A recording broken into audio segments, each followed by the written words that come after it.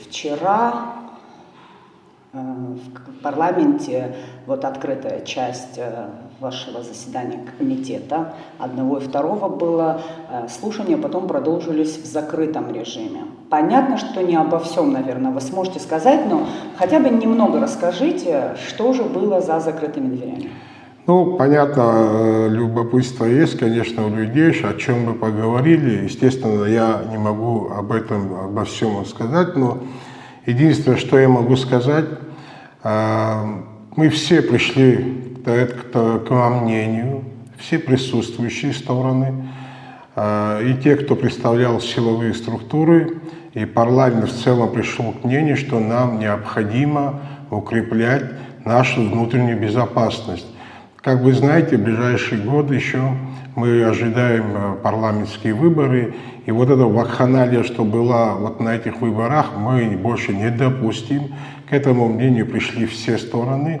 Для этого надо провести ряд мероприятий. Непосредственно мы, как парламент, наверное, будем пересматривать многие, законы, ужесточающие такого рода деятельность иностранных политтехнологов. То, что сегодня мы видим, что все, что происходило, это противозаконно. Мы будем усилять, закон. Это, в принципе, помощь нашим силовикам. Ну и самое главное, защитить конституционный строй Абхазии, потому что мы сами должны определять свою судьбу парламента, идущих кандидатов. Они должны своими делами, своим именем, своей программой реальной убеждать людей о полезности их пребывания в народном собрании. Мы, естественно, президента приняли, мы готовы его поддержать, но не в том плане, что сегодня вот такое разгульное хождение непонятных людей, на которые власть отмалчивается, этого мы не позволим. Но если нужда есть в том, чтобы в вопросах безопасности поддержать президента, в этом плане мы готовы его поддержать. Не только я, вообще, я думаю, весь народ. Но для этого он должен повести соответствующее. В конце концов, он должен кулаком ударить по столу и принять решение, которое будет полезно первым долгом для нашей страны.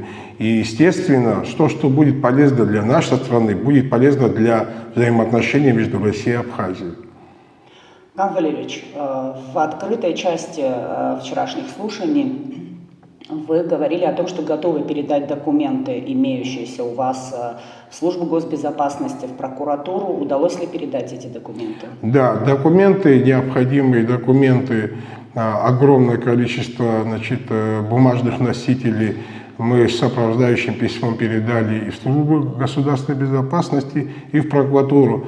Мы готовы электронную версию уже в полной мере передать, если на то будет необходимость у соответствующих служб.